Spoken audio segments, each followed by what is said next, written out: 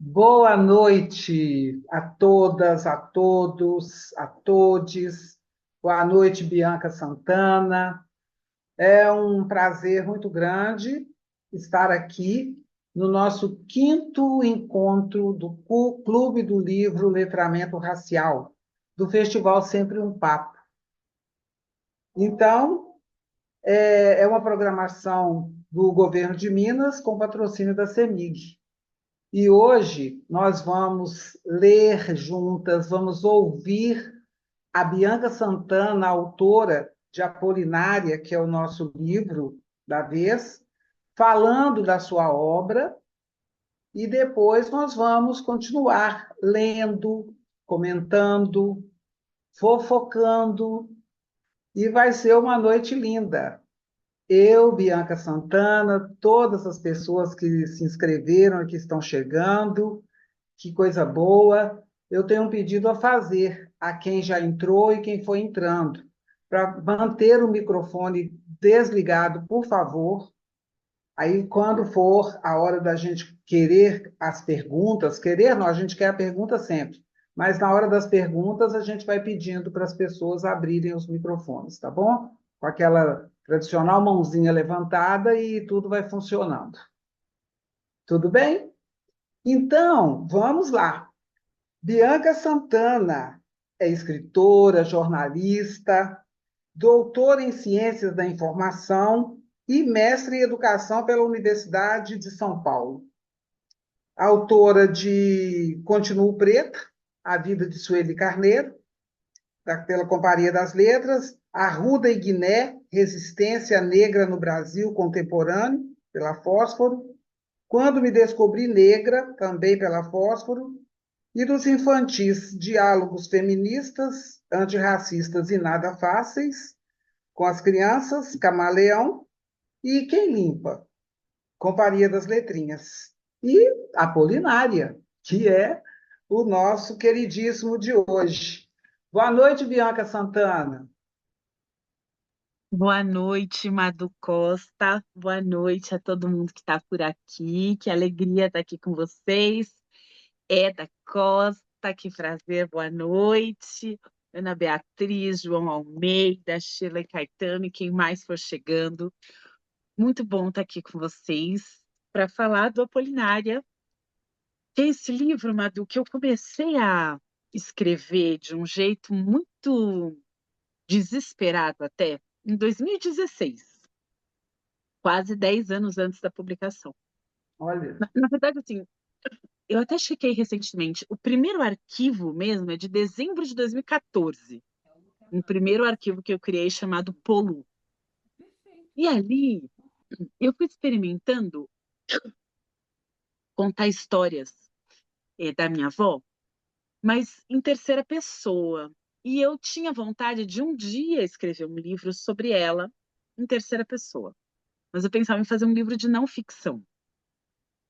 Ao longo dos anos, eu fui tendo mais vontade de experimentar escrever na voz dela, ou a bom, inventar uma voz para ela. Então, eu fui trabalhando em muitas versões desse texto. De repente, me faltava muita informação, né? Eu não sabia tudo. E aí eu fui pesquisar. E aí tem um pedaço até do livro que eu narro, né? Busca por documentos, busca mesmo pelas histórias. E eu, eu encontrei lacunas, na verdade. Eu encontrei muito menos informação do que eu imaginava que encontraria. Isso foi aumentando o meu desejo de experimentar escrever ficção. Eu não tinha ainda, né, escrito ficção, e senti, então, o desejo de escrever um romance. Nesse desejo de escrever um romance, é, eu fui ficando com vontade não só de experimentar essa voz para Apolinária, para Polu, mas experimentar também uma voz para uma neta, até para mostrar diferenças de geração, diferenças de percepção, diferenças de interpretação, muitas vezes, de uma mesma história, né? E nisso, no começo, imagina, eu coloquei que a neta da Polinária chamava Jéssica. Eu fiquei um tempão tentando construir essa personagem Jéssica. Aí chegou uma hora eu falei, nossa, Bianca, não, né? Menos, assim. Pode ser Bianca a personagem, né? Se você vai usar o nome da Apolinária para uma personagem que obviamente não é a sua avó, você pode também usar o seu nome para a neta dela, né? Ah, E aí, enfim, coloquei a Bianca. Tem alguns nomes que eu altero, né? Muito do que eu escrevo no livro realmente é inspirado nas minhas memórias ou em pesquisa, mas tem bastante ficção também. que ótimo. E, e se você quiser fazer pergunta, fica à vontade. Madu, boa noite a quem está chegando, boa noite para todo mundo. A gente já começou assim com uma explicação sobre o livro, mas depois vai ter bastante tempo para ler e conversar, né, Madu? Vamos ter esse tempo. Isso. Bom, e foi muito. é, no meu processo como escritora, foi um aprendizado muito grande, assim, trabalhar nesse livro por mais ou menos 10 anos. Porque tantas vezes a gente tem uma pressão, ou com contrato, ou com prazo. Eu sou jornalista de formação, né? Então eu lido com prazo muito limitado o tempo todo. Sim. E não ter esse compromisso, né, de um prazo específico, mas poder trabalhar o livro no tempo que eu sentia que o livro exigia, foi uma coisa muito importante para mim. Mas eu tinha, assim, muitas. Eu tinha muito desse livro escrito, mas eu ainda não tinha um livro, eu ainda não tinha um eixo narrativo. E aí, Uhum. quando eu estive em Paracatu, em 2024, depois nós estivemos lá juntas, né, Madu, em É 2025. verdade. Mas um ano antes, em 2024, eu ouvi uma escritora somali-italiana, Ijaba Shego. Quem não conhece, ela é uma escritora fantástica. E ela estava falando sobre um dos livros dela, e ela falou sobre endereçar o livro, como para ela tinha sido importante escrever sobre a Somália para uma sobrinha que nasceu e vive nos Estados Unidos e não conhecia o país de origem.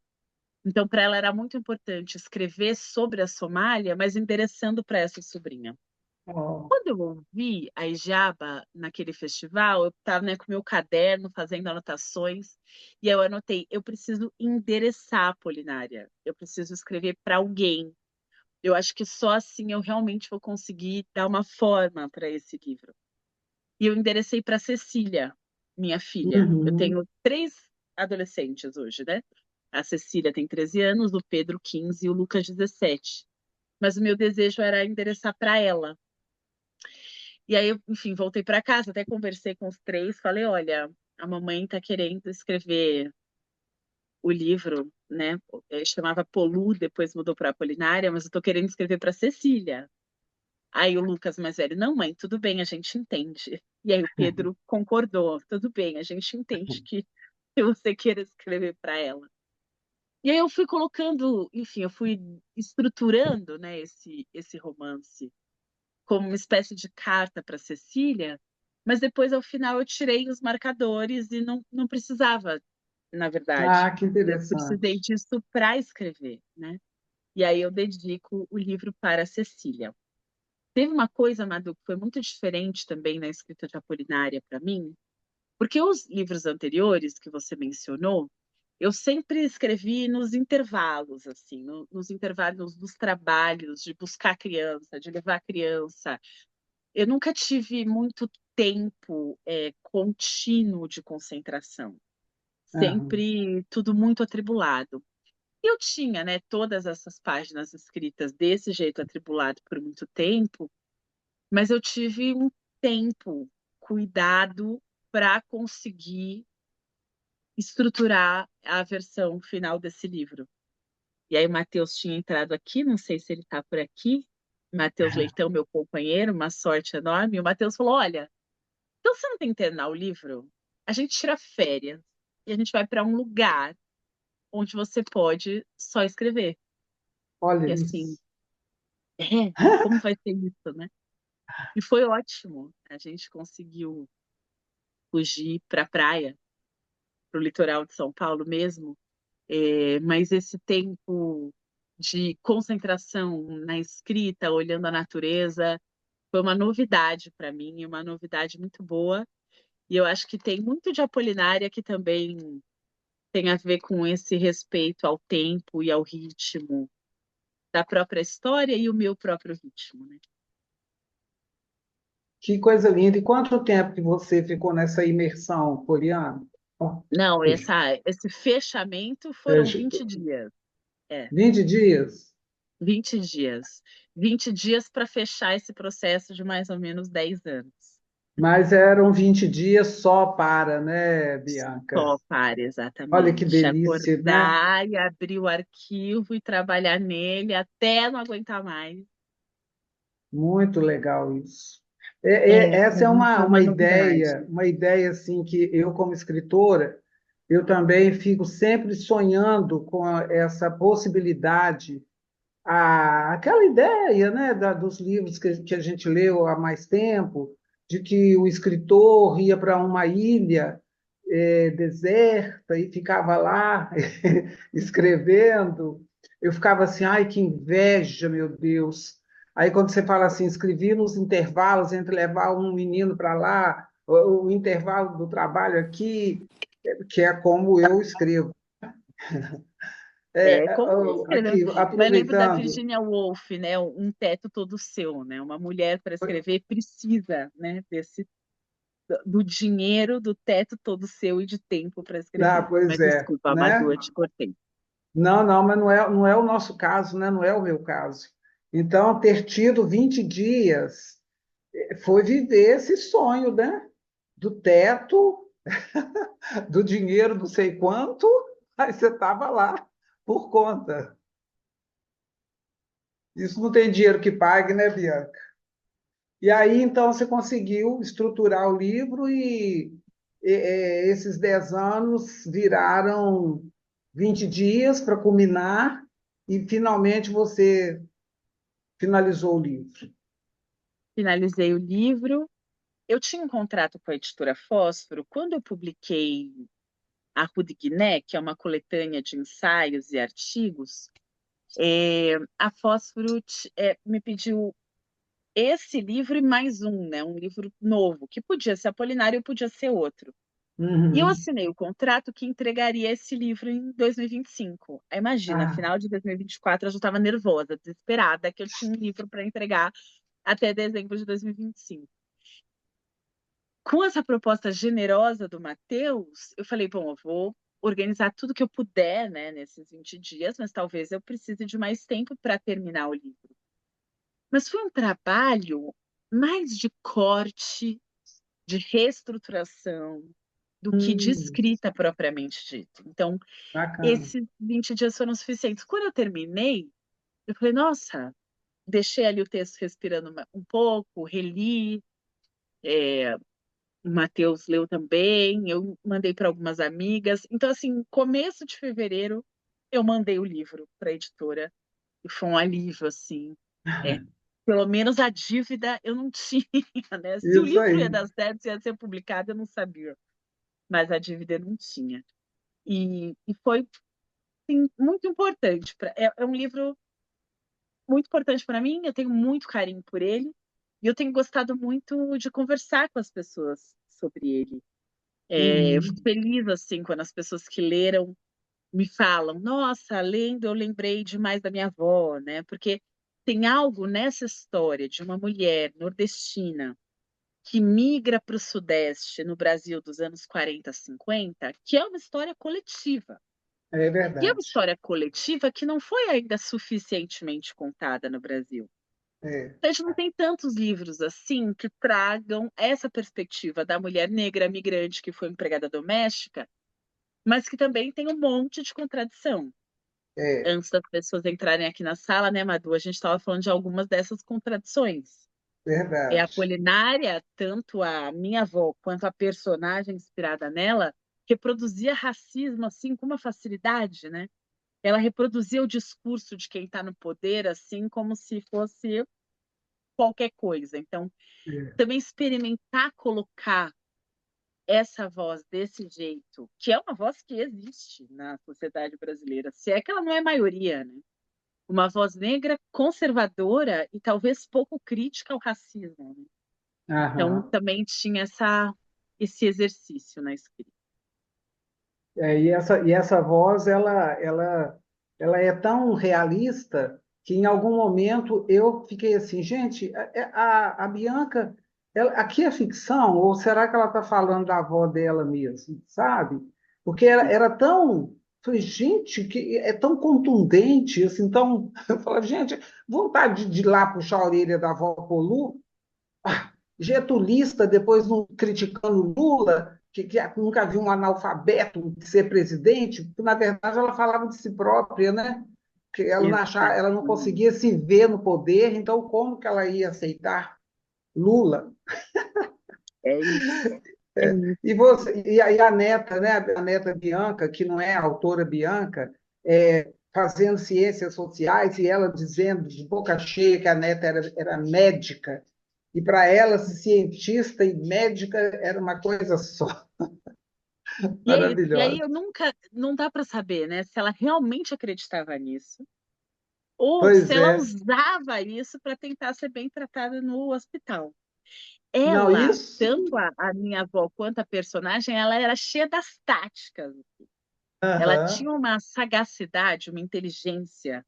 Ela conseguia ler os lugares, os ambientes, saber o que era importante, e ela performava o que era importante, entendeu? Acho que ela pensava, bom, se eu falar para Danadinho. essas enfermeiras que a minha neta estuda medicina na USP, talvez eu seja mais bem tratada nesse hospital. Eu acho que ela fazia essa conta, mas ela fazia de É um jeito que danadinha. parecia que ela não estava entendendo direito. Achei isso maravilhoso. Estrategista, né?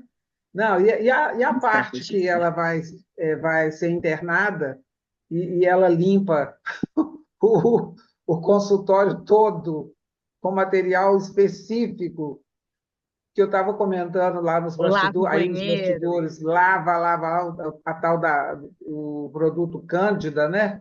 Que É, era bactericida, não, matava tudo, só não matava a pessoa, mas o resto, matava tudo. incrível. E a permissão, né, que ela tinha para fazer isso. O povo devia ficar doido. Devia. Que mulher que é essa? Essa personagem realmente me mexeu comigo. Eu ficava, gente, que coisa incrível, como é que Bianca pensou esses detalhes? Isso é real? Isso é ficção? Muito bom. Não, e a sorte, né, que eu tenho, um dia eu recebo uma mensagem da Sueli Carneiro. Comecei a ler seu livro, mas estou com muita raiva dessa velha. Ah, Eu achei ela, maravilhoso. Achei ela provoca maravilhoso. esses sentimentos todos de É, admiração, de ela raiva. provoca. Exato. Tem hora que você fala, meu Deus, que mulher maravilhosa. Tem hora que você olha e fala, eu não acredito que essa mulher está fazendo ou falando isso, né? E não sei, para Pois, mim, né, como escritora, é um presente ouvir uma coisa assim, né? Porque tudo que a gente não quer, né, Madu, na literatura, é reproduzir essa coisa plana, né? Essa coisa pouco sim, complexa, que não é contraditória, como se existisse o bem totalmente separado do mal. E é isso, a gente vive muitas vezes num tempo em que o contraditório não pode existir, né? Então, nossa, todo mundo no Instagram tem que performar, né? A bondade, a beleza, a alegria, e sei lá o quê. E não, né? Seres humanos são complexos. Então, a exatamente. literatura precisa trazer essa complexidade, né? Para que a gente tenha, de fato, condição de pensar sobre ela, de elaborar. E essa história do ser verdade ou não ser verdade, a minha mãe, ela sempre critica o que eu escrevo. E os meus livros anteriores são livros de não ficção. E muitas vezes, quando eu escrevo também artigo de jornal, né, em revista, na imprensa, eu trago bastante de experiência pessoal da história da minha família para fazer uma conexão com as questões coletivas, né? Eu faço muito isso. E a minha mãe, invariavelmente, lê e discorda. E fala: olha, não foi bem assim. Então, assim, a gente está há muitos anos lidando com. Olha, é o meu ponto de vista, diferente do seu ponto de vista, e tudo bem, né? Cada pessoa que contar vai contar de um jeito diferente. Aham. Quando eu terminei o livro, eu falei, bom, agora minha mãe vai surtar comigo, né? Porque eu escrevi um livro de ficção, o nome da mãe dela tá na capa sobre a mãe dela, e a minha mãe é uma das personagens. Eu mudo o nome, mas minha mãe é uma das Uhum. personagens. Bom, escrevi para ela, mãe, terminei o livro. Você pode ler antes de eu mandar para a editora? Ela, posso sim, mandei. Passaram, sei lá, 4, 5 dias, ela me liga. Filha, eu não acredito que a avó te contou tudo isso. Que memória sua! Como você lembra de tudo? Pois Eu é. fiquei em choque, assim, mãe, eu não lembro, eu inventei. E Ah, ela, que não, ótimo. não inventou, não, com certeza foi desse jeito. Então, assim, pelo menos para minha mãe, a minha primeira ficção é a maior verdade que eu já escrevi. Olha isso. Tá vendo? Pegou até a sua mãe. Pegou. Isso é maravilhoso. E essa avó e a neta, nos dois lados da moeda, da mesma história, né? A neta vai atrás da história, encontra essas lacunas, mas não desiste, enfim, passa os perrengues todos nas viagens.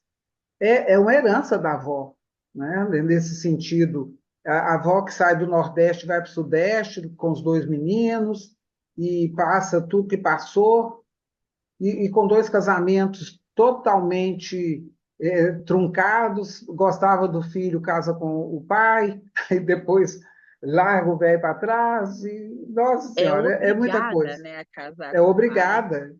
Então, É. é E aí já fica um isso eu acho. spoiler aqui, né? Porque no começo do livro eu começo com ela falando que o velho morreu e Isso. depois que ele morreu, ela veio para São Paulo. Aí lá Uhum. para frente dá para ver que não foi bem E assim não que foi bem assim, aconteceu. isso mesmo. A ordem foi outra. É. Ela era Quando ela. bígama, né, Madu? Eu não uso essa palavra no livro, mas ela foi bígama. Ah, pois olha só, né? Foi mesmo. Aí quando ela casa com o outro bem mais novo do que ela, é outro capítulo que eu achei assim, olha essa conservadora, como é que aí tá saidinha, né? Essa conservadora cheia de discurso moralista tá Pois é, aqui sem casar com esse menino 10 anos mais novo que ela, né? pois é. E olha bem, né? Como é que isso é interessante. E quem que incentivou? A mãe do Sabino, né? É, Te a mãe contar. dele A incentivou o história é casamento. cheia dessas, como é que eu vou te dizer? Essas pílulas dos relacionamentos familiares contraditórios, porque essa mãe desse Sabino também joga para cima dela, primeiro para ela o convidar para sair. Ela não topa, faz a donzela. Depois o recebe no quarto dela. E está achando que está tudo certo, que não vai pegar filho nem nada. Aí a própria mãe força ele a casar com ela. É muito doido. E Não, o e assim, danado, nessas contradições mesmo, porque é uma mulher branca, né? O que se espera exato, dessa mulher é isso, algo muito diferente do que de fato acontece, né? é, Então uma tem mulher esses branca. inesperados no livro. Mas isso tudo põe a história muito ágil, muito dinâmica, porque você fala, gente, mas espera aí, deixa eu voltar aqui um pouquinho para ver se eu perdi alguma coisa. Aí, não, não, era isso mesmo. Aí você avança de novo. Gente do céu, mas o que é isso? Rápido, tudo Sabe? rápido. É.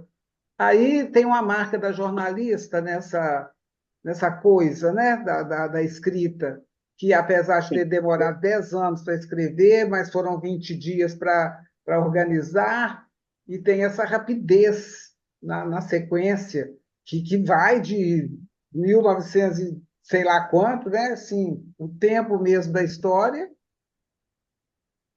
Conta aí. Até 2000 e pouquinho, né? Até Pois é. 2020, mais ou menos, né? E o coitado do Haroldo na mão de Vó Polur. Pois é, ali é complicada essa história.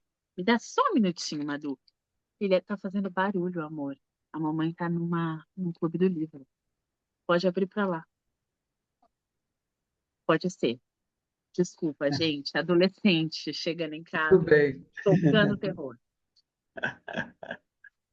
É, bom, os personagens masculinos, né? Ou até as Não, personagens na masculinas, gosto de verdade. falar personagem feminino, elas têm todas questões muito profundas, né? Cada um a seu modo. E o Haroldo é esse homem muito sensível que nunca encontrou muito espaço. E nunca encontrou muito espaço nem na relação com essa mãe. Aham. E ele, muito jovem, adoeceu, alcoólatra, e mesmo depois de muitos anos se desvencilhar do alcoolismo, ainda assim ele não conseguia realizar um projeto de vida, né? Não conseguia nem compreender quem ele era, o que ele desejava, muito menos executar isso que ele nem sabia o que era, né? É. E essa mãe muito conservadora que reproduzia um discurso muito machista na infância, né? Não dá- material escolar só dava para comprar um, era dele, não era da Era menina. dele. Porque a Uhum. menina ia casar. Mesmo que ela É. fosse mãe solteira, mesmo que ela trabalhasse para cuidar sozinha dos dois filhos, ela reproduzia essa ideia de que a filha ia ser sustentada pelo marido e de que ele precisava estudar porque ele ia ter que sustentar uma família. Só que ele não corresponde É. àquilo que essa mãe deseja. E ele apanha muito, né? Apanha muito, bebe Nossa. muito. E tem uma vida realmente muito, muito, muito difícil, né? E ela, de algum jeito, celebrava, ainda assim, que pelo menos ele não tinha virado bandido, né? Então, eu acho que Isso. isso também mostra um senso comum na sociedade brasileira, um determinado olhar para os homens negros, que é muito perverso e que sobra muito pouco espaço para a subjetividade, para o desenvolvimento, para o desejo, né? E o Haroldo, que aparece, né, desse jeito como personagem no livro, muito inspirado no meu tio Haroldo, que foi essa figura Ah. sensível, delicada, gentil, mas que morreu muito cedo. E eu tenho essa sensação de que ele nunca conseguiu muito se encontrar. Eu Uhum. tenho o desejo, Madu, de fazer uma trilogia a partir de Apolinário. Ah, que Quero legal. fazer Apolinária, está feito. O próximo que eu gostaria de fazer é Feliciano, inspirado no meu Hum. pai. E o terceiro, Haroldo. Vamos ver se eu Então, escrevo um Haroldo. falando no seu pai, nossa, eu achei assim, de uma sagacidade a menina que, quando estava com o pai, curtia e ficava com aquele elevador no estômago, subindo e descendo, quando via um carro de polícia ou quando passava em frente, né, a uma delegacia, mas que curtia até tomar a espuminha da cerveja de vários copos e que curtia estar ali com o pai naquele mundo paralelo. E não contava isso quando estava com a mãe. Gente, eu achei explícito, que danadinha, né? Então, vivi os dois mundos, com as delícias e com as loucuras de cada um desses mundos, sem criar atrito no leve trás. Olha É. isso. Com muito dano psíquico, né? Mas tudo bem, isso vai Imagino. resolver depois.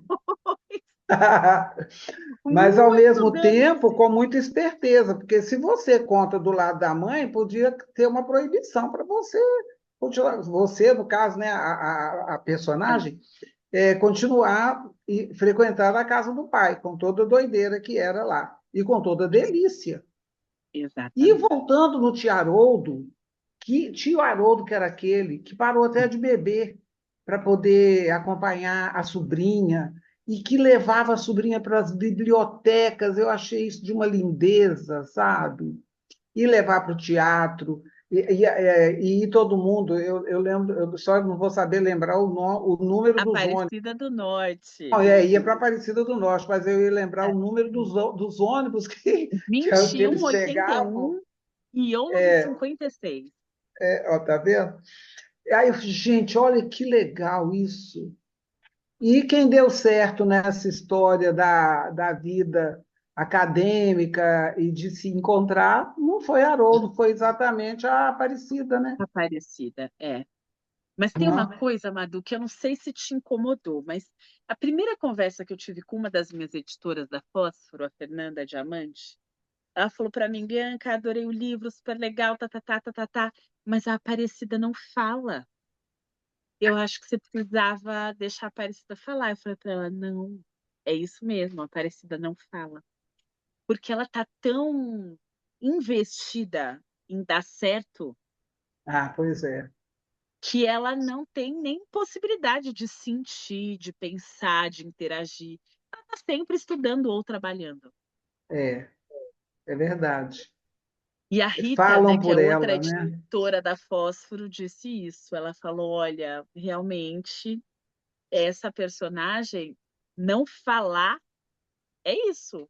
E tem essa coisa, né, da mulher negra que está sempre trabalhando, ou estudando, ou fazendo o que se espera, e não tem tempo para existir, não Aham. tem tempo de pensar, não tem tempo de falar. E depois ela foi criada para ficar quieta no lugar dela, né? Ela não precisava estudar. Exatamente. Toda a chance era para o Haroldo. E quando o Haroldo não correspondia, a mãe descia o cacete. Então, ela ficar calada era até vantagem para ela, né? Também era estratégia, né? Era Também era estratégico. estratégia. Bem complexo, Madu, né? chegou a minha hora de correr para o Jornal da Cultura. Sim, Olha que eu coisa percebi horrível. aqui. Eu queria ficar com vocês até o fim, adoraria ouvir as pessoas e peço desculpas por não poder. Mas à noite eu tenho a bancada do jornal. E para Tá estar ao vivo certo, às 9, eu tenho que conseguir me maquiar às 8. Então eu tenho tá que sair agora. certa. Então, Perdão. não, tá tudo certo. Obrigada, foi muito rica a sua Obrigada demais. participação, maravilhosa. E a gente Obrigada. segue aqui com a Apolinária e depois você assista Eu quero assistir a o. gravação, por favor. Isso. Obrigada, gente. E se vocês Obrigada a tiverem perguntas, você. eu tenho certeza de que sobre o livro a Madu vai responder todas as que vocês tiverem. Excelente leitora, excelente mediadora. Mas caso tenha alguma, Madu, que não dê para responder, eu posso depois gravar um áudio e aí a gente pede para o pessoal do Sempre um Papo mandar a resposta, tá bom? Isso. Estou disponível para isso. Maravilhosa. Obrigada. Obrigada, gente. Bom Muito trabalho aí para obrigada. você. Peço Né? A desculpas. mulher continua trabalhando. Continua trabalhando. É isso aí, Obrigada. Bianca. Tchau, tchau. Tchau, obrigada. Então, obrigada para quem está chegando, avisando que realmente é para manter o microfone desligado, para que a gente não encha, né, a tela. Aí depois vocês podem no chat ir fazendo as perguntas. Então, gente, quem está chegando agora, tivemos esse luxo precioso da autora Bianca Santana conversando conosco sobre a produção do Apolinária, que é uma ficção, um romance inspirado na vida da avó dela, né? E essas duas vozes que aparecem no primeiro plano, avó e neta, falando dessa jornada de Vó Polu, que é uma mulher negra que sai do Nordeste e vai para São Paulo. São Paulo, né? São Paulo é o canal. Quem está acompanhando o Clube do Livro lembra de Carolina Maria de Jesus, São Paulo, sai de Minas Gerais, de Sacramento, vai para São Paulo. E aqui também a personagem não é diferente. Eu queria ter lido antes da Bianca sair, mas acabou que não deu tempo. 3 estrofes de cordel que eu fiz numa síntese da introdução do livro Apolinária, e eu vou fazer isso aqui agora. Feito uma semente ao vento, foi germinar mais além. Deixou para trás desamor, não foi a pé nem de trem. Levou os seus 2 meninos e cresceu como ninguém. Tabocas do Brejo Velho foi de onde ela saiu. Mudou-se para São Paulo, periferia, assim viu. Servente e doméstica, empregos que lhe serviu. Sua história segue o curso das águas do São Francisco. Uma vida, uma avó e uma neta, na vida superam riscos. Trafegam em muitas águas, carrancas de um mundo arisco. Então, foi uma forma que eu encontrei de reler, de fazer uma síntese do que é o lugar onde circula a história. Tabocas do Brejo Velho, às margens do São Francisco. O Rio São Francisco, ele percorre toda a história de Apolinária e de Bianca, a neta, né, de Vó Polu.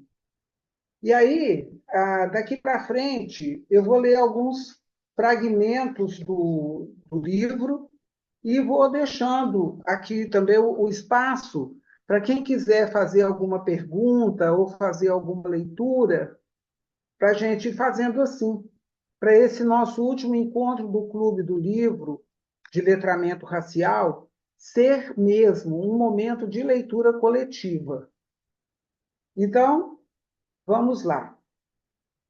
Ela criava codornas na garagem. Isso está na página 7. Não seria uma garagem pelo plano original da Coab. Coab era o plano, a Companhia de Habitação Popular do governo municipal à época. Mas a vizinhança acordou que aquele era o espaço dos carros e demarcou 40 vagas, uma por apartamento. Ela pagou um conhecido para subir paredes e um telhadinho de brasilite. Colocou o poleiro lá dentro e começou a vender os ovos. Tá? Moramos nesse apartamento de 56 metros quadrados entre 1987 e 1999. Mas não tivemos codornas todo esse tempo. Assim como Dona Ana e seu Ivo, do segundo andar, não tinham galinhas na lavanderia em todo o período em que moraram na Coab. Dentro do nosso apartamento não tinha bicho. A avó Polu tinha o quarto dela, o tio dormia na sala. Eu e minha mãe dividíamos quarto e cama de casal. De noite, o tio levava um colchão para a sala. Ao acordar, recolocava debaixo da cama de solteiro Giorgio Nicoli a cama da avó Polu. Giorgio Nicoli foi um notável empresário do setor de móveis, e essa cama era chiquérrima, era toda em metal. Então, a vó Polu gostava das coisas requintadas. O banheiro tinha vaso sanitário e chuveiro. A pia ficava do lado de fora, o que facilitava bem. Na cozinha, tínhamos armários comprados nas Casas Bahia, fogão e geladeira amarela, que minha mãe ganhou de casamento. Na lavanderia, ficava a geladeira branca, que era da avó, antes de morarmos todos juntos. Um armário sempre abarrotado de arroz, feijão, farinha. Tinha tanque, máquina de lavar, que pouco era usada, varal e infinitas plantas. Mal se podia andar, tantos eram os vasos no chão e no teto. Eu reclamava da floresta amazônica, e criticava a vó Polu pelo exagero. Em 2017, quando minha mãe entrou pela primeira vez no apartamento 24, bloco 1 da rua Caiuá, não conseguia se mexer na varanda lotada de plantas. Dona Polu veio morar aqui. Eu fiz questão de ler essa primeira parte, porque é uma parte que ela é curta, mas ela tem tantas camadas e ela é ágil, que chega lá no apartamento em 2017. E esse final, Dona Polu veio morar aqui, eu achei muito interessante. Aí agora eu vou pular. Vou pular aqui para a página. Ah, está pertinho. Página 4. A pele preta, bem enrugada, principalmente no pescoço, era a mesma desde que nasci, em 1984, até sua morte, em 2003. Eu estava no primeiro ano da faculdade. Antes do home care, naquele mais de um mês de hospital, com semanas de UTI, ela fazia questão de anunciar para as enfermeiras, faxineiras e quem mais se aproximasse que tinha uma neta médica. Vó, eu não sou médica, sou estudante, estudo ciências sociais e jornalismo. Então, estuda ciência, é médica. Pelo menos uma coisa boa aquele analfabeto fez. Minha filha, na USP, estuda na USP. Vó, eu não estudo medicina na USP, eu estudo ciências sociais. O Lula não é analfabeto e eu passei no vestibular antes da eleição. Analfabeto, sim, como eu. Onde já se viu analfabeto presidente? Ainda bem que o único voto que dei na minha vida foi para o Getúlio. Que homem bom! Não adiantava corrigir ou explicar. Para ela, ou ciências sociais era ciência e cientista era médico mesmo, ou se fazer de desentendida era um caminho para ser bem tratada no hospital. A vida toda performou ignorância ou sabedoria, dependendo do objetivo, construindo toda forma de discurso. Eu achei maravilhoso isso aqui. Como era boa de discurso. De conversa, não, porque pouco ouvia, pouco ouvia.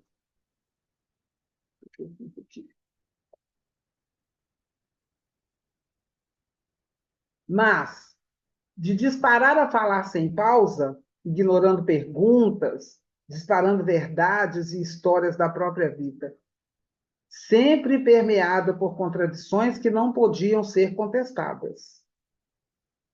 Impostava a voz para cobrar candidato que ia pedir voto na Coab, com um padre ou pastor que julgasse suas faltas na igreja, com o médico que deixava de explicar o que ela queria entender.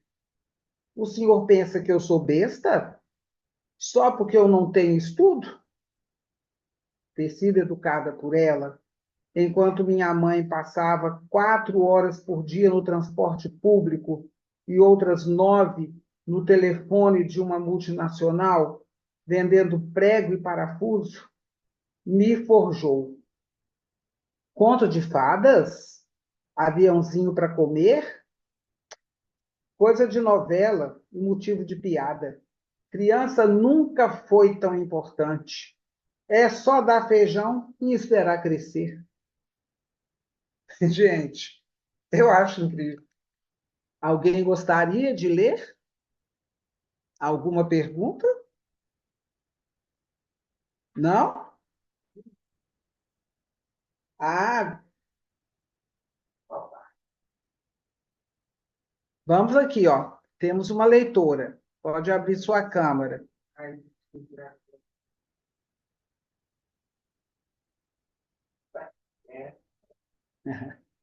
Vamos lá. Quem estiver com o livro pode Pode acompanhar. acompanhar. Ixi, agora vai dar reverb. Vai lá. Fecha o seu. Fecha o seu microfone. Fechou? O raio do dia entrava pela janela e eu levantava. A primeira coisa era acender o fogão. Se o pau fosse novo ou tivesse um pouco molhado, o fogo demorava a pegar. Preparava o beiju, o cuscuz de milho, o fofão, e fazia o café sem gastar muito pó nem muito açúcar. A madrinha sempre repetia que precisava levar muita mandioca para ir para a feira para voltar com um punhadinho de café, açúcar, sal e querosene. Tinha que economizar. Eu botava água para ferver no bule de ágata que ela ganhou da mãe. Gostava de ouvir o borbulhar antes de mexer em círculos o filete que caía, cheirando café. Botava xicrinha de São Benedito, rogando que nunca faltasse comida. Só depois de tudo pronto, ia fazer minhas necessidades e lavar o rosto no rio. Caminhava devagar, não tinha pressa para ir nem para voltar.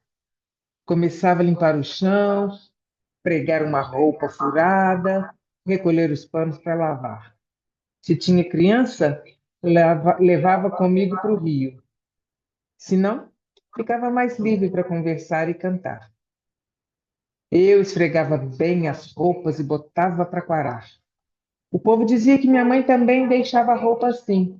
Alvinha! Isso não posso dizer, porque mal lembro dela.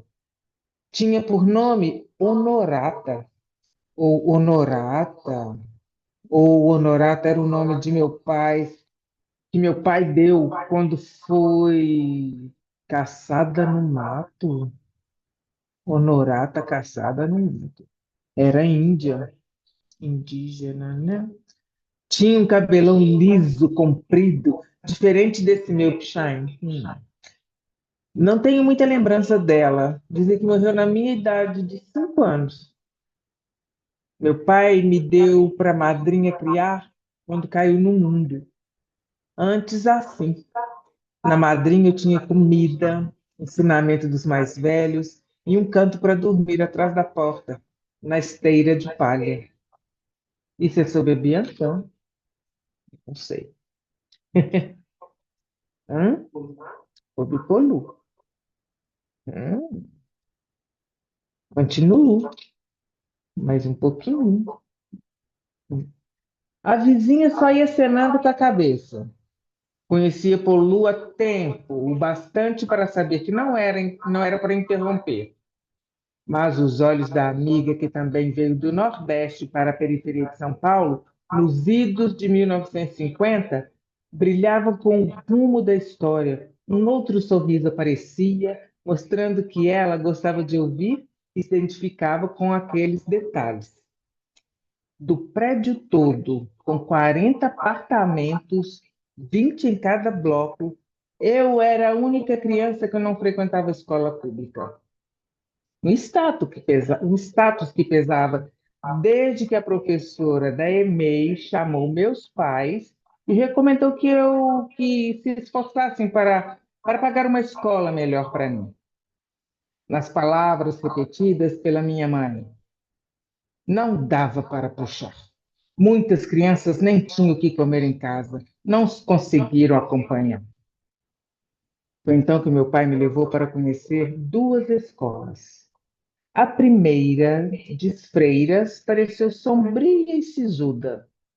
A segunda, por nome de Santo, tinha duas menininhas mais velhas, de mãos dadas, que sorriam e acenaram acolhedoras. Pai, prefiro a São Judas. Foram 9 anos copiando a lousa e achando tudo duvidosamente fácil. As boas amigas da infância não seguiram próximas na adolescência. Nos afastamos quando uma confessou que o pai a proibia de brincar na minha casa, porque o conjunto habitacional era perigoso. E quando a outra passou a olhar com mais piedade que amizade depois do tiro na cabeça do meu pai, pouco importava, eu ia bem sozinho. Sozinha, aliás, era o meu estado. Eu era a intersecção dos vários conjuntos. Tinha a escola e o prédio, universos incompatíveis pelo desprezo de umas e o medo de outras. Tinha a casa da mãe e a do pai. Em uma, dinheiro contado para uma pizza por mês e muita preocupação em fazer tudo direito. Na outra, roupa da Pacalolo, mala de dólar escondida debaixo da cama e um 38 que eu sempre encontrava, por mais que meu pai tentasse esconder. Quando eu estava com meu pai, cada vez que a gente cruzava com um carro de polícia, minha barriga gelava e eu ouvia a voz ilegal, a voz da minha mãe ou da minha avó dizendo que ele fazia uma coisa ilegal. O jogo de bicho era proibido. Passar em frente ao Carandiru também era um pesadelo. Eu rezava com fervor pelas filhas daqueles presos. Mas, sem policial ou presídio, era uma diversão. Eu gostava de ir com ele recolher a corujinha, que até hoje não sei o que é exatamente. Ficava no carrão, porque naquela época ele sempre tinha um carrão, espiando de longe a entrada em uma floricultura com poucas plantas ou em uma banca de jornal só com revistas velhas e a saída com um envelope volumoso. Hum. Nesse tempo, era divertido ter tantas vidas dentro da minha. Receber Nossa Senhora de Fátima com novena na casa da minha mãe antes ou depois de ir com ela ao centro espírita. Samba animado, com direito a beber a espuminha da cerveja de vários copos da casa do meu pai. A regra que eu mesma defini era não contar de um lado o que acontecia do outro. Cada momento tinha sua diversão e ela era só minha. Tinha muita brincadeira no chão de terra batida do prédio, dentro dos apartamentos, onde as mães permitiam farrear nos campinhos de futebol, na catequese e nas aulas de dança do centro comunitário. E principalmente nas aventuras com o tio Haroldo, Vila Sabrina, Praça do Correio, linha 1158 ou 2181. Do ponto final, no centro da cidade, íamos à biblioteca Mário de Andrade, que ele me apresentou quando as do Parque Edu Chaves e da Vila Maria já não tinham tudo o que eu desejava ler. Colônia Cecília. Colônia Cecília, tio. Uma experiência anarquista do século XIX que conheci pelas Zélia Gattai. Preciso saber mais da Colônia Cecília e não tem nada na biblioteca da escola, nem nessas outras aonde o senhor me levou. Tem uma biblioteca grande lá na cidade. A gente vai lá, tá bom? Íamos também para a Praia Grande todo mês de julho. O 1156 ou 2181, metrô até o Jabaquara, ônibus até a cidade Oceã. Pão com mortadela ao acordar, arroz, sardinha em lata e suco de cozinho sabor guaraná no almoço e na janta. Dominó ou mal-mal se chovesse. Nos dias de pouco ou muito sol, caminhávamos às 7 quadras da casa até a estátua de Iemanjá, descalços. Eu de maiô e ele de sunga.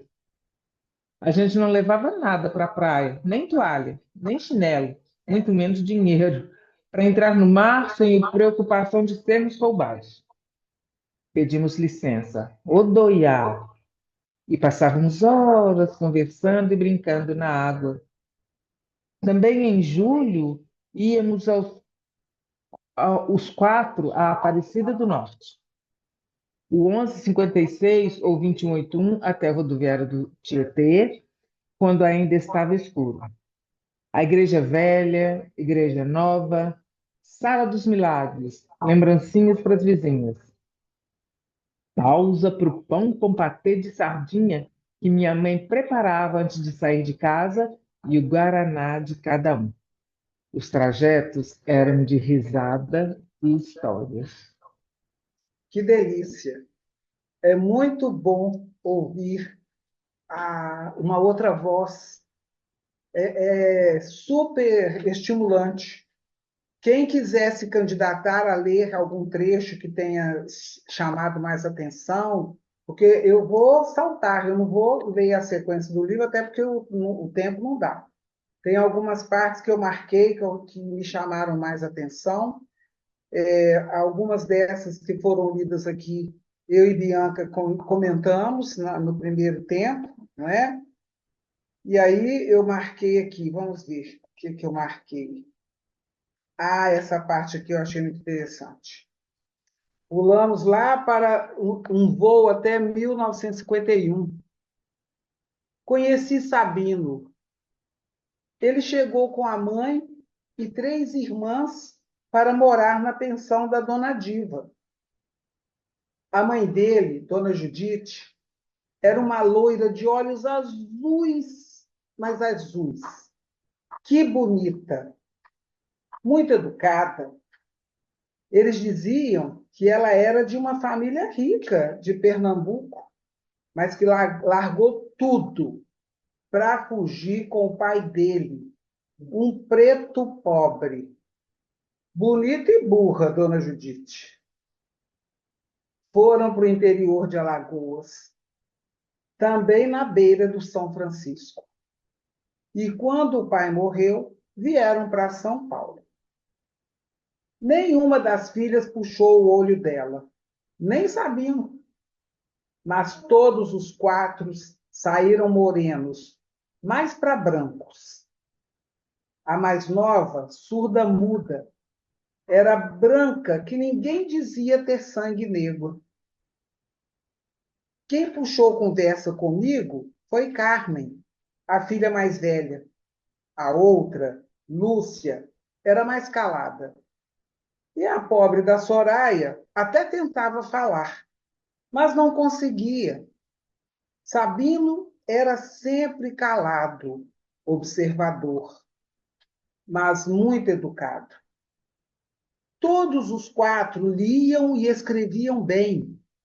Tinham frequentado a escola primária. Não demorou para Sabino conseguir trabalho num escritório.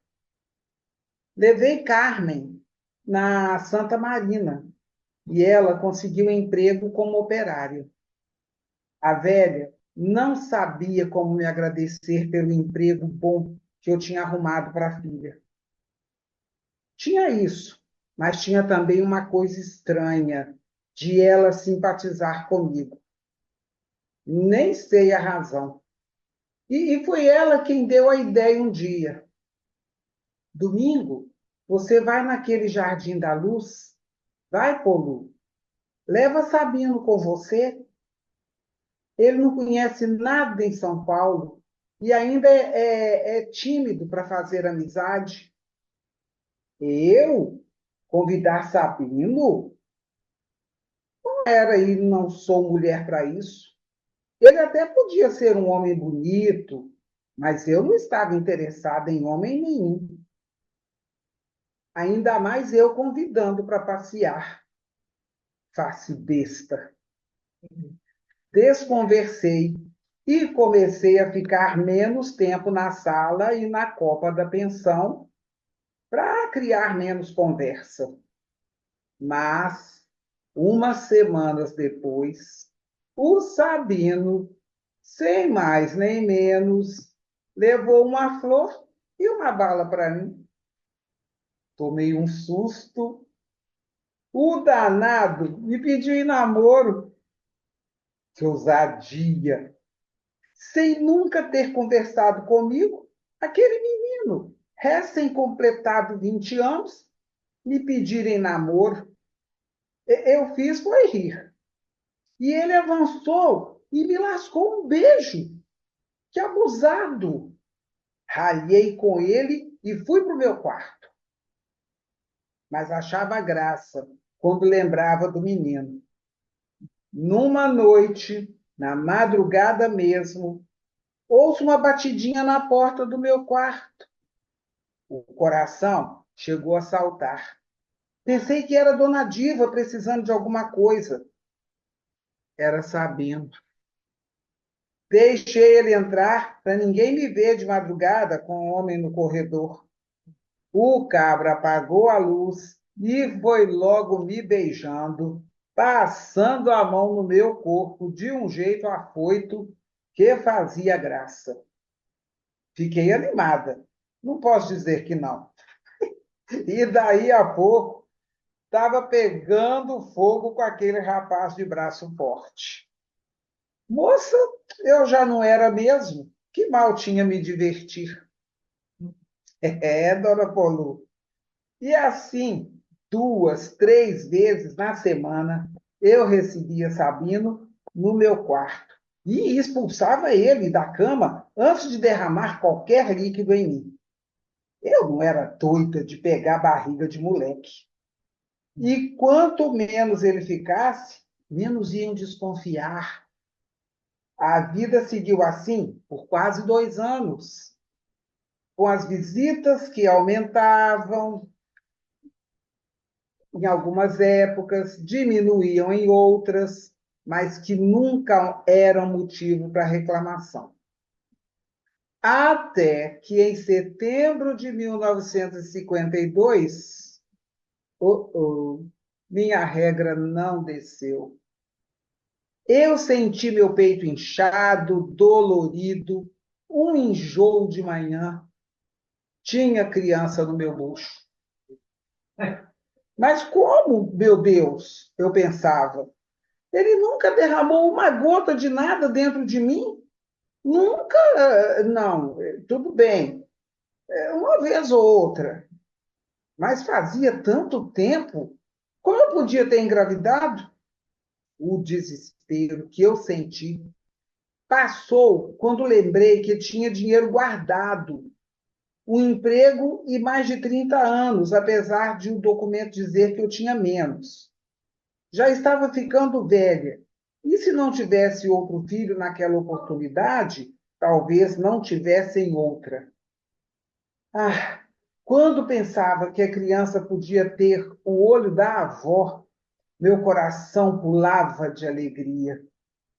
E foi nessa alegria que, numa noite, no jantar, eu convidei Sabino para ir para o Jardim da Luz no domingo. Domingo, Polo? Não posso. Quando viu minha cara de decepção, Dona Judite foi rápida. Domingo ele vai na casa da namoradinha que ele arrumou no trabalho, Polo. Namoradinha? Como namoradinha? Tive uma raiva, muita raiva. Veio uma tontura, um mal-estar. Larguei o prato na mesa e fui para o quarto. Nem me preocupei em disfarçar. Dona Judite foi atrás de mim. Sentou na cama e perguntou o que estava acontecendo. Não está acontecendo nada, Dona Judite. Nada, Polu. Não é aqui que Sabino vem quase toda madrugada? Você está grávida, Polu? Eu não tive coragem de responder que sim, mas também não neguei.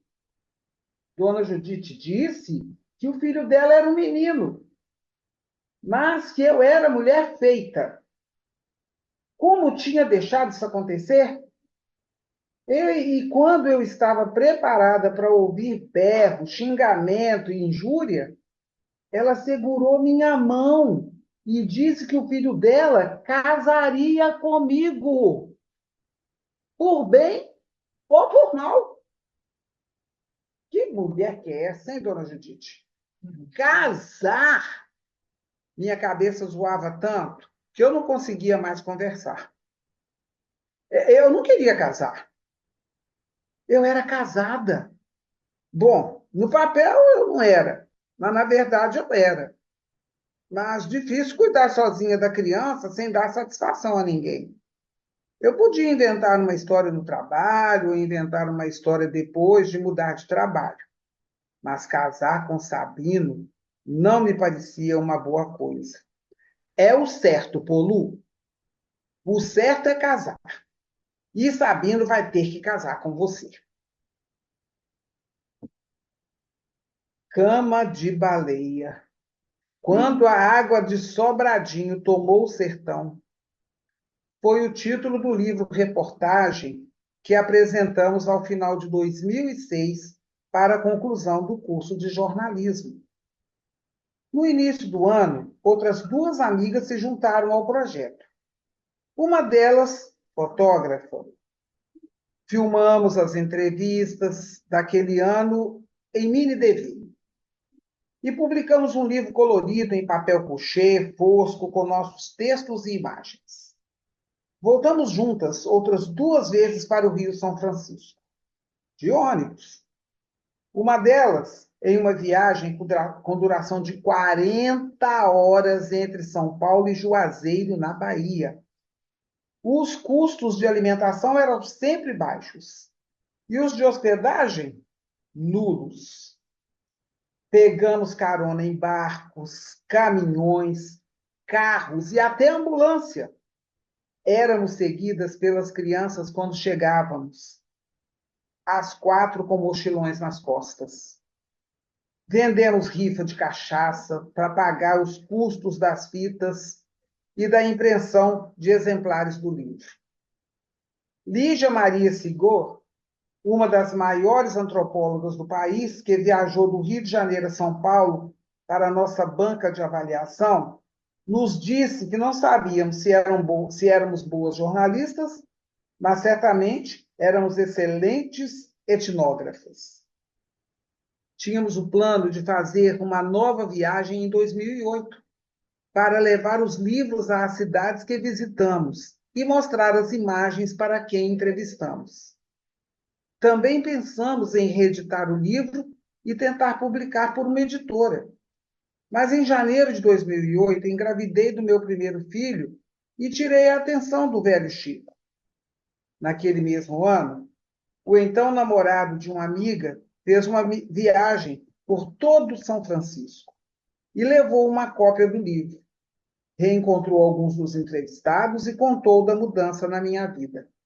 Obrigada, meu amigo Marcão. 14 anos depois, em 2022, propus à minha família voltarmos a Sítio do Mato, para que minha mãe conhecesse a terra de sua mãe, meus filhos e filha conhecessem o lugar de onde veio a bisavó, e que eu fizesse uma busca documental da nossa origem familiar para a escrita de um livro. Fomos os 5, mais o pai dos meninos, que ainda era marido, em um carro de 7 lugares alugado. Percebem? O livro ele faz isso. Uma hora é a voz da avó, outra hora é a voz da neta, e a gente dá esse pulo no tempo, na narrativa, mas que está tudo entrelaçado. Porque enquanto a voz da avó vai trazendo essas camadas da contradição de uma velha, né, que lá de 1919 ou 1925, as duas datas que circundam o nascimento dela, e por tudo que ela passa até aqui, ela é conservadora, ela é uma negra nordestina que reproduz o racismo, que bate palma quando os filhos de um casal interracial nascem com a pele clara e se decepciona porque nenhum dos filhos herdou os olhos azuis da mãe branca, né, que era tão bonita, mas, ao mesmo tempo, é essa mulher valente que luta por uma vida melhor, mas que também não se furta a ter seus prazeres e correr risco. Então, veja bem, até aceitar a gravidez com uma percepção de que a idade dela já estava chegando num ponto que ela tanto queria ter um filho, porque ela já tinha perdido um filho com o primeiro casamento dela, que ainda no Nordeste ela gostou de um rapaz, mas o pai do rapaz gostou dela e foi pedir a mão dela em casamento. E a mãe concedeu a mão ao pai, e ela queria casar com o filho. Ela engravidou desse primeiro marido, mas a criança morreu logo nos primeiros dias de nascida, né? E ela nem contou isso para o Sabino quando eles casaram. Mas ela pensou, poxa, é minha chance de ter filho. E depois ela nem quis amamentar esse primeiro filho dela, porque ela atribuiu a morte do primeiro é, ao leite que era fraco. Então, quando ela ganhou o neném, filho do Sabino, ela logo foi para o hospital pedir um leite forte, porque ela não queria correr o risco de perder o bebê, que é o Haroldo, né, o tio Haroldo. Então, eu acho interessante isso, esse vai para lá, esse vem para cá, que conta a história dessas duas gerações, com tantas camadas aí. E aí vai mostrando, né? Os produtos da época. Você vê uma senhora que, ao entrar no hospital, pegava o produto de limpeza para higienizar a sala da cirurgia que ela ia estar instalada. Quer dizer, ela estava ótima, né? Ela não precisava nem ser internada. E que permissão era essa que ela tinha para poder limpar tudo no hospital antes de usar a cama, o chão, o banheiro? Eu acho muito interessante. Como que. Isso é, gente, o puro suco da escrita criativa. É muita imaginação,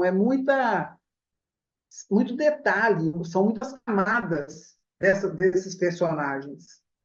E aí a gente vai vendo as características psicológicas dos personagens homens e das personagens mulheres também, não é?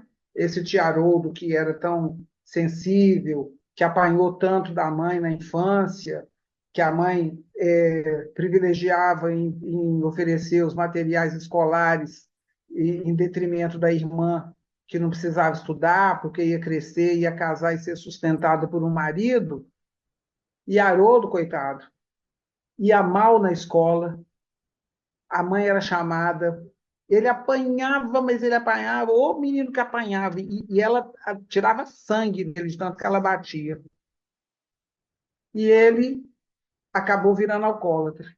Então, são muitas camadas. Quem leu o livro todo está compreendendo esses comentários, e quem ainda não leu, eu estou instigando para que leiam. E eu estava falando do poder da escrita criativa, como que a literatura tem esse poder. E no caso do Clube do Livro Letramento Racial, essas personagens negras, essas escritoras negras que nós trouxemos nas 5 edições, olha, a literatura negro-brasileira, ela é rica na descrição dos personagens e nessas camadas constituem a ficção, mas que tem um realismo aí nessa ficção. Eu fico assim, muito empolgada. Então, aqui, vamos lá mais um pouco. Alguém quer, gente, se manifestar aí, fazer alguma pergunta? Eu estou achando vocês muito caladinhos e caladinhos. Bom, eu estou entendendo que tá bom. Então, nós vamos continuar. Estou aqui na página 21 agora. Estava eu, mais uma vez, em um altar de igreja, respondendo sim a um homem que eu não sabia se amava. A barriga ainda não aparecia, mas eu notava no padre uma estranheza em ver aquele rapaz tão jovem casar com uma mulher como eu. Dona Diva fez questão de oferecer um almoço para nós dois, as irmãs, a mãe dele e Consuelo, com quem tive a alegria de poder contar nos momentos de agonia. O dinheiro que eu tinha guardado, deu para pagar a entrada de um lote na Vila Gustavo, bairro da Zona Norte, mais afastado do centro. O combinado foi ir pagando por mês até quitar o valor completo do terreno. Antes de marcar a data do casamento, ele conseguiu subir um barracão de madeira no nosso lote, para a gente ter onde morar antes de construir a casa. Foi tudo rápido, embolado, mas não parecia ruim. Compramos uns móveis de segunda mão, com o dinheiro que Consuelo arrecadou na Santa Marina, como presente de casamento. Cama, colchão, mesa de 2 cadeiras, uma panela e um bercinho. O que me deixou feliz é que tinha terra para plantar. Quando mexi na terra, eu fiquei muito feliz. Saí nos vizinhos pedindo muda para minha horta. E fiquei feliz quando mexi na terra. Quantos anos sem pegar terra com a mão? E quantos anos sem cozinhar? Ajeitei um fogãozinho de tijolo e voltei a fazer minha comidinha simples todo dia. Da Vila Gustavo até a Santa Marina, eram 2 ônibus. Demorava quase 2 horas para ir, quase 2 horas para voltar. Como ia ser depois que a criança nascesse? Quando a criança nascer, você fica em casa cuidando de tudo, Polu. Sou seu marido. Eu trabalho e vou sustentar a casa. Com o tempo, eu e Sabino pegamos amizade. A gente conversava, dava risada e namorava. Até muitas vezes, quase todo dia. No fim de semana, a gente voltava na pensão para visitar a família. Até eu já estar com a barriga grande. Quando começou o trabalho de parto, aquelas dores fortes de tempos em tempos, ele saiu para chamar a parteira. Eu sabia o que era, como era, e que ia ser rápido. Quando os dois entraram no quarto, o menino já estava no meu colo. É um menino, Polu, é um menino. Haroldo é o nome dele. Sabino ria e chorava, enquanto a parteira esperava a placenta. Botei o menino no peito pela primeira e última vez. No dia seguinte, fomos no posto de saúde para o médico ver a criança. A enfermeira deu para a gente uma lata de leite ninho, para o meu filho crescer forte e saudável. Eu, que não tinha contado para o Sabino que já era mãe, senti um alívio por meu Haroldo não ter leite, do meu Haroldo ter um leite mais forte. O medo que escondi a gravidez toda de perder o neném no meu braço passou na hora que recebi a lata de leite abençoada. Haroldo foi crescendo forte, bonito, esperto. Sabino saía para trabalhar e eu cuidava da casa, das roupas, da comida, do menino. Era muito cuidado, né? Tinha tempo para bordar de tarde, outra vez, entre uma mamadeira e outra. No começo, Sabino jantava em casa toda noite e era carinhoso comigo antes de dormir. O tempo foi passando e ele foi chegando cada vez mais tarde. E, de repente, não voltava mais para casa toda noite. Quando voltava, queria namorar com uma brutalidade que de jeito nenhum era boa para mim. O carinho que tinha com Haroldo foi diminuindo e as latas de leite começaram a minguar. Do jeito rápido que viramos uma família, deixamos de ser. Quando pensei que não, estava sozinha em casa, com uma criança, sem saber se ia ter o que comer no dia seguinte, sem saber se ia ter leite da mamadeira. Eu que não ia esperar para vir. Amarrei meu filho no corpo com um lençol e saí pelas casas e pelo comércio me oferecendo como lavadeira. Em 3 dias, já tinha o dentista, a mulher do açougueiro e 3 lojistas como fregueses. Era trabalho demais para quem puxava a água do poço. E para passar no ferro a carvão, a roupa alvinha do dentista. Era mesmo uma dificuldade.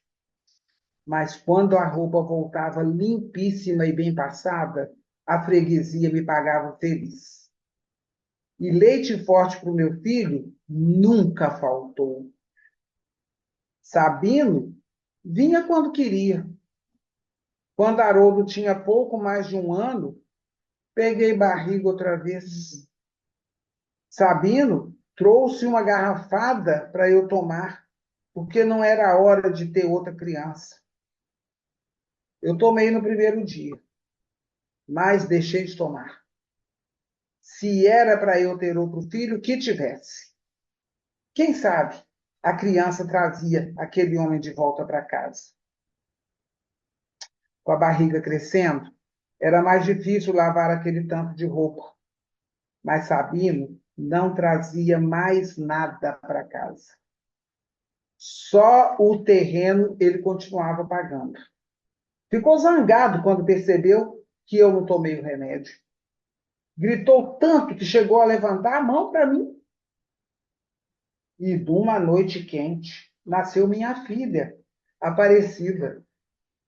Quando ela completou 2 anos, Sabina avisou que não voltava nunca mais. Gente, é a história de tantas mulheres negras do nosso Brasil. É uma ficção que é realista. A gente lê a história de Bianca Santana e vai reconhecendo tantas outras histórias, em muitos pontos a nossa própria história. Na história de Vó Polu, com sua neta Bianca e todos os personagens. É impressionante.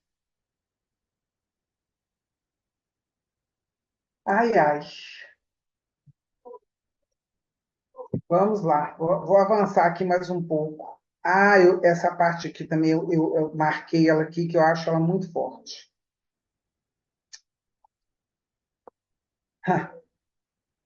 Estava eu naquele barraco de madeira com uma criança pequena e um bebê de colo. Sem minhas economias que tinha dado no terreno. E se Sabino não pagasse a parcela, ainda corria o risco de perder a tudo. A menina nunca teve leite forte. O dinheiro não dava mais. Ela mamava no peito. Haroldo já comia o que tivesse na mesa. Quando os dois choravam de noite, eu achava que ia ficar doida, sem dormir, lavando e passando roupa para fora, cuidando sozinha daquelas 2 criaturas de Deus. Eu achava que ia morrer logo. Vez ou outra, uma vizinha aparecia com água puxada do poço para me ajudar, para ficar com o Aparecido no colo, para levar Haroldo para brincar na rua. Carmen e Dona Judite também apareciam, trazendo comida e roupinha de criança. As duas tinham vergonha do que Sabino tinha feito e nunca abandonaram a mim nem as crianças. As mulheres, né, gente? Sempre as mulheres, a sororidade. Em uma das visitas de Carmen, pedi para que ela levasse meus bordados, tudo para vender na Santa Marina. As meninas lá gostavam muito de mim, iam pagar um preço melhor do que se eu tentasse vender na rua. Encheu, foi uma sacola grande de toalha de mesa, toalhinha de mão, lenço, pano de prato. No outro domingo, Carmen voltou com um dinheiro bom, de quase um mês de trabalho. Com aquela economia, eu conseguia dormir mais sossegada. Se eu ou uma criança caísse doente, pelo menos de fome a gente não morria. Os dois foram crescendo com saúde. Nunca me faltou trabalho. Mas eu já não era mais a Polú bem arrumada que gostava de ser. Vivia com aquela roupa molhada, o cabelo desgrenhado, toda maltratada. Que destino, meu Deus! Aparecida já tinha 5 anos e Haroldo 7. Quando o dentista, meu melhor freguês, me dispensou. Ele ia fechar o consultório na Vila Gustavo para trabalhar no interior. Elogiou muito o meu trabalho e disse que me recomendaria de bom grado para qualquer pessoa. Do dentista vinha sempre um dinheiro bom, mais do que os outros me pagavam. Fiquei desacorçoada. Em vez de arrumar mais freguês para lavar roupa, pensei em procurar emprego em alguma casa de família. Puxar aquele tanto de água estava acabando com as minhas costas. Uma casa para cuidar, com roupa de uma família só, podia ser mais sossegado. E o dinheiro era certo todo mês. Naquela noite mesmo, pensei em conversar com a vizinha, que era mais minha amiga, para perguntar se ela cuidaria dos meus meninos, junto com os dela, por um dinheiro, se eu arrumasse trabalho fora. Deixei meus meninos dormindo e corri para espiar se ainda tinha movimento na casa. Quando vi a luz acesa, bati na porta e chamei. Ela abriu e eu vi a cena mais nojenta que um ser humano podia ver. Sabino estava dentro da casa dela. O cabra não via os filhos, não dava notícia, não trazia um dinheiro, mas estava na casa da vizinha. Depois descobri que as visitas que ele me fazia na pensão, ele fazia igual na casa da vizinha. Começou quando mudamos para a Vila Gustavo e continuou depois que ele foi embora de casa. Xinguei os dois de todo nome que consegui lembrar.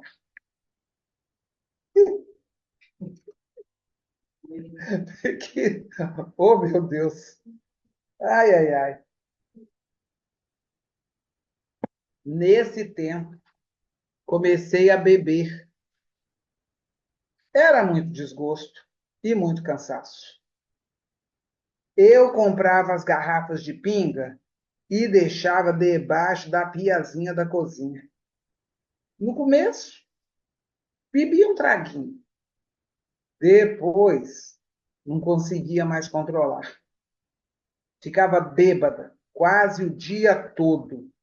E fui parando de dar conta das roupas, das crianças. Quando pensei que não, já não tinha mais freguês nenhum. Minhas crianças ficavam sujas, largadas e comiam qualquer bobagem que um vizinho dava. Foi um tempo terrível aquele. Não gosto nem de lembrar. Que situação, hein, gente? Olha, quantas camadas que Bianca Santana traz nessa personagem Polu. Só faltava Sabino estar morando na vizinha ali tão perto. E Polu vai descobrir da pior maneira, confiando na amizade da vizinha para ficar com as crianças para ela poder arrumar emprego, que ela descobre. Ai, ai. A gente já viu esse filme em várias telas, né? Tia Guida me ligou convidando para almoçar com ela. Não era sábado nem domingo. Ir à casa dela durante a semana, em uma segunda-feira, era algo inusitado. Mas tia Haroldo me levou. Cheguei cedo e ela foi me orientando. Picar a cebola e o alho para temperar o arroz, o feijão, o bife, refogar tudo prestando atenção à textura e à cor. Deixar o arroz quase fritinho antes de colocar a água fervente. Ajeitar a salada. E então fomos as duas, meio quarteirão à esquerda da casa dela, convidar meu pai para almoçar com a gente. Ele sorriu com a surpresa, elogiou a comida, mas estava quieto. Ficou orgulhoso quando ela contou que eu tinha feito o almoço. Nas semanas seguintes, ele foi ficando cada vez mais quieto. Os adultos contaram depois. Em um domingo, saí da missa das 9 com a minha mãe e pedi para o tio Haroldo me levar à casa dele. Dei oi para o Gomes, que trabalhava no bar na frente da casa, e corri para bater na porta da sala. Chamei, chamei, chamei de novo. Nada. Peguei a escada, que ficava apoiada em um ponto do quintal, e coloquei debaixo da janela do quarto dele. Forcei a madeira e entrei. Quando vi que o cigarro que ele fumava já estava no final, até esqueci de abrir a porta para minha mãe, que esperava do lado de fora. Ele estava ouvindo, só não quis abrir. Cozinhar para quem eu amo é importante para mim. Graças à tia Guida, pude cozinhar para o meu pai.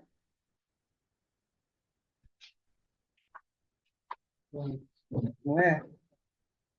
Vamos pular mais um pouco aqui, gente. Alguma pergunta?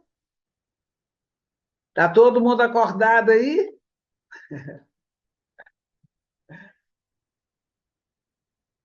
Você está vendo alguma coisa aí que eu não estou vendo? Que aqui só aparece a minha cara. Não, é todo mundo fechado. Ah, no quintal, tinha outras molecadas da idade dos meus. Tinha bailinho no fim de semana. A Aparecida passeava com as amigas. Uma alisava o cabelo da outra com aquele ferro quente. Eu fiz amizade com as vizinhas e passava o tempo todo conversando e rindo com elas. Tempo bom aquele.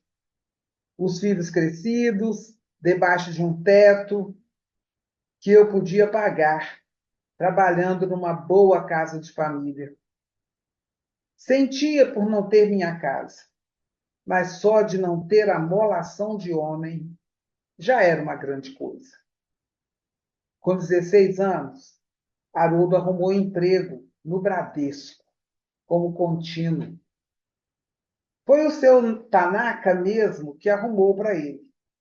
Vô Tanaka, ele dizia. Meus filhos cresceram tratando meus patrões por vô Tanaka e vó Lela. Era uma alegria muito grande para mim. Nesse emprego de contínuo, Haroldo ganhava bem. Aí não quis mais saber de escola. Diz que no banco importava mesmo era trabalhar, que o gerente da agência tinha estudado menos que ele. Dava presente para mim e para a irmã, perfume, camisola, vestido. Até levou nós duas para comer em restaurante. Usava camisa social e calça bem passada. Aparecida com 14 anos, foi trabalhar na casa de uma das filhas de Lela. Desde que chegamos naquela família abençoada, ela trabalhava. Me ajudava na limpeza, na cozinha e brincava com as crianças para distrair. Mas nessa idade de 14 anos, foi trabalhar como empregada mesmo, responsável pela casa, pela roupa, pela comida. A filha de meus patrões era uma boa pessoa, mas não era tão simples como o pai e a mãe. Ela tinha mais soberba, achava que eu era muito importante, achava que era muito importante, e não era sempre que tratava minha filha direito. Aí ouvi uma conversa de que tinha umas reuniões proibidas na casa dela, que umas pessoas fugidas da polícia se escondiam lá, que queriam prejudicar o governo. Fiquei angustiada com a minha menina perto daquilo. Quem não deve, não teme. Era só fazer tudo direito que o governo e a política não iam atrapalhar. Ai, ai. Judite? Acho que era isso? Ah, aqui não localiza, não. Ah, peraí. Deixa eu ver. Não, não sei. Judite, minha bisavó, nunca foi tão presente na minha vida quanto no primeiro ano do meu primeiro filho. De onde saiu esse olho lindo? Minha bisavó, o olho tão azul, que esverdeou por escuro depois, chamando menos atenção. Era motivo de elogio e pergunta em qualquer lugar. O pai de olho escuro, mas com a pele clara, podia ter o tal gene do olho claro. Mas e a mãe? De onde saíra aquele olho? Parecia sacanagem. Depois de eu finalmente ter me descoberto negra, ser mãe de um menininho de olho azul? A Bisa morreu quando eu tinha 5 ou 6 anos de idade. Não fui ao velório, nem ao enterro, mas minha mãe e tia Haroldo foram. Visitavam o Sabino, a quem nunca chamei de avô, uma vez por ano, perto do Natal. Visitávamos esse Sabino. Minha avó colocava todos os anéis e pulseiras que acumulara ao longo da vida. Vez ou outra, levava uma cesta básica. Convivemos mais com tia Soraya, a irmã mais nova de Sabino, e seus 5 filhos.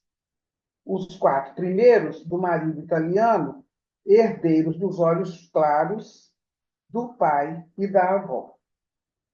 O último, concebido em um estupro depois que o marido morreu. Paulo Vitor era a única pessoa negra daquela casa. Adolescente, se meteu com o que não devia e antes dos 20 anos de idade foi assassinado. Era uma viela no Jardim Brasil.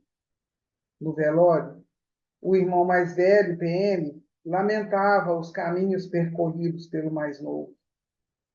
Todo mundo sabia onde que isso ia acabar.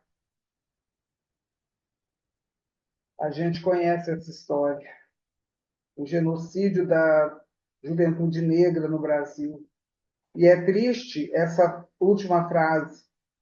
dita por um PM, o irmão mais velho. Todo mundo sabia onde isso ia acabar. Será que alguém fez alguma coisa para evitar? Para encaminhar esse menino?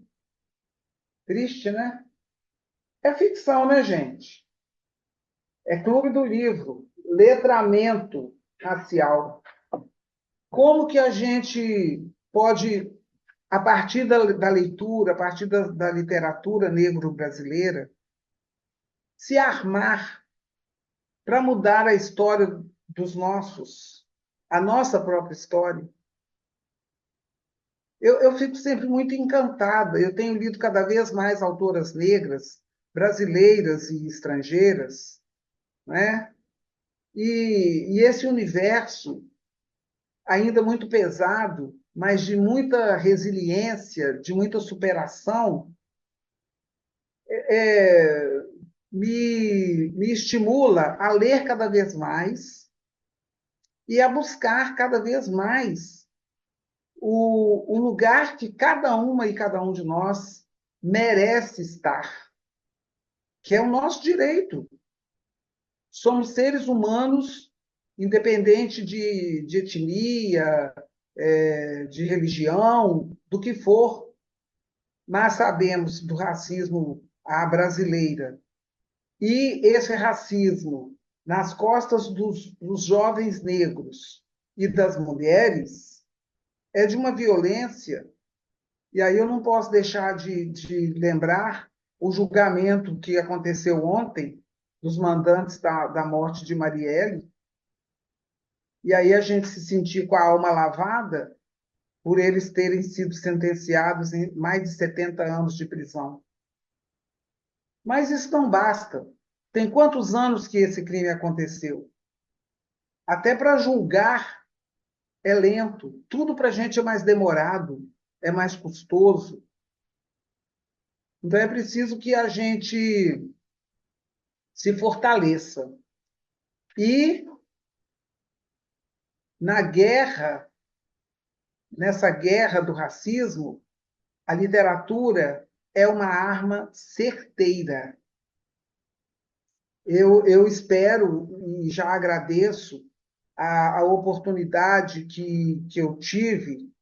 Agradeço aqui ao Afonso Borges por ter me convidado para coordenar esse Clube do Livro Letramento Racial, no qual eu pude mediar 2 sessões com Úrsula, de Maria Firmina dos Reis, e agora Apolinária, de Bianca Santana, porque são oportunidades maravilhosas. E as presenciais foram riquíssimas, mas essas 2 sessões online, elas têm esse caráter expansivo de estar sendo, de atingir o mundo inteiro e de ficar gravado. No YouTube, depois, todo mundo pode ver ou rever e se animar a ler esses 5 livros que circularam no Clube do Livro, lembrando Ponciá Vicêncio de Conceição Evaristo, Úrsula de Maria Firmina dos Reis, Quarto de Despejo de Carolina Maria de Jesus, Água Funda de Ruth Guimarães e Apolinária de Bianca Santana.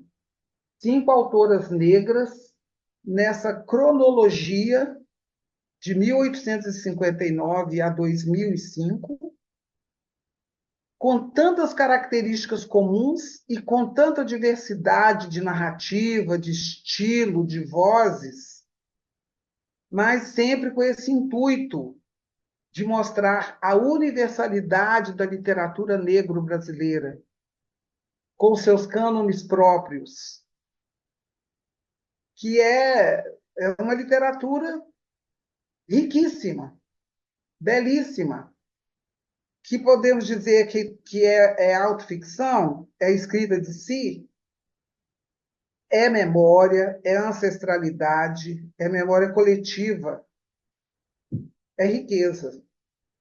Portanto, aproveitem e daqui para frente, fica o convite para que a gente faça desdobramentos desse Clube do Livro Letramento Racial, com leitura de outros autores e de outras autoras negras para esse propósito do letramento racial, não é? Porque essa lacuna precisa ser preenchida. A gente, uma vida inteira, se alimentou de literatura branca. Agora que tem uma profusão maior, claro que já tinha os autores negros, não é? Para começar, de Machado de Assis e daí para frente, né? O fundador da Academia Brasileira de Letras e tantos outros. Mas a gente agora tem muito mais. Portanto, fica aí o convite para que a gente continue lendo e refletindo e combatendo o racismo. E olha, o arsenal de literatura é grande. Espero todo mundo armado nessa luta. Vamos mais um pouco. Alguém gostaria de ler? Tcharam! Está acabando, hein? Bom, então vamos lá. Deixa eu pular um pouco aqui. Vamos ver onde é que eu vou. Vou passar a bola aqui para a minha parceira Eda Costa, que está se oferecendo para ler mais um pouco e eu não vou perder essa delícia, não. Opa! Opa!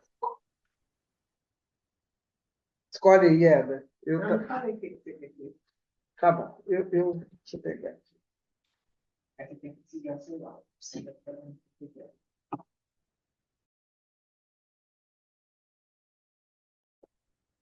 Alô? Pode começar, aqui. Onde está arriscado? Quando o telefone tocou, perto das 7 horas da noite, daquele 11 de março de 1996, eu dividi a atenção entre a TV ligada e a lição de geografia. Tia Guida, que quando ligava era para falar comigo, pediu para passar o telefone para minha mãe. Um murro na mesa, o choro de raiva, entrar no quarto da avó Polu e falar baixo para que eu não pudesse ouvir. O pedido para colocar uma roupa quente porque precisaríamos ir ao hospital. Meu pai tinha levado um tiro na cabeça. Suicídio. Ele mesmo atirara. Mas há quem diga que ainda hoje, mas há quem diga ainda hoje que não foi ele, mas a polícia ou alguém do jogo de bicho. Não importa quem for. Tire isso da cabeça e reze para a alma de seu pai. A gente vive a vida que Deus deu. Faça suas obrigações direitinho, se dê o respeito e viva em paz. Sem bestagem, nem fabulagem. E não solte o cabelo para não parecer essas neguinha. Naquele 25 de março de 1996, nos 14 dias que antecederam, ouvi que chorar o pai hospitalizado depois de um tiro na cabeça podia atrapalhar a recuperação dele e chorar sua morte poderia atrapalhar o caminho do espírito. Era necessário seguir em frente para que ele também pudesse seguir. Dia 26, terça-feira, tinha prova de matemática. Ir para a escola fazer a prova e acertar quase todas as respostas era a possibilidade de uma criança de menos de 12 anos seguir adiante. Os 14 dias entre a segunda-feira, 11 de março, e a segunda-feira, 25, se passaram em uma camada suspensa do tempo-espaço. Uma existência apartada de qualquer coisa que se passasse ao redor. De dentro também. Poucas interrupções do vazio. Se sobreviver, talvez ele nunca mais possa andar. Talvez perca a visão de um olho. Vai ficar totalmente cego. com exceção de sábado e domingo, quando visitei o pai hospitalizado, todos os outros dias foram de escola. Mesmo no vácuo, era possível copiar os pontos da lousa, responder minha meia dúzia de perguntas, fazer a lição de casa. 20 anos depois de enterrar meu pai, em 2016, um mês e meio depois de voltar para casa, meu irmão foi preso novamente, acusado de tráfico de drogas. Recebi a notícia por mensagem de voz da minha prima. Bi, as notícias do seu irmão não são boas, infelizmente. Ele estava com o apartamento cheio de drogas. Voltou a roubar, começou a traficar. A polícia pegou tem uns 15 dias. Ele reagiu, apanhou muito, quase morreu. Está preso de novo, aguardando o julgamento. A prima falou muito ainda depois disso. Não consegui mais ouvir. 15 dias depois de ele parar de responder minhas mensagens, me perguntei muitas vezes como o tinha ofendido. Se foi minha insistência em perguntar como estava a procura por trabalho, ou a oferta de ajuda, ao perguntar se ele precisava que eu mandasse algum dinheiro todo mês até conseguir trabalho. Não sabia. O julgamento foi agendado para 5 meses depois da prisão. Poderia pegar de 5 a 15 anos. Ele diz que ele diz que não ter feito nada. Ele diz não ter feito nada. A polícia afirma ter encontrado 40 pinos de cocaína com ele e mais pinos de crack e porções de maconha no apartamento para onde tentou fugir. Passou mais 6 anos na cadeia.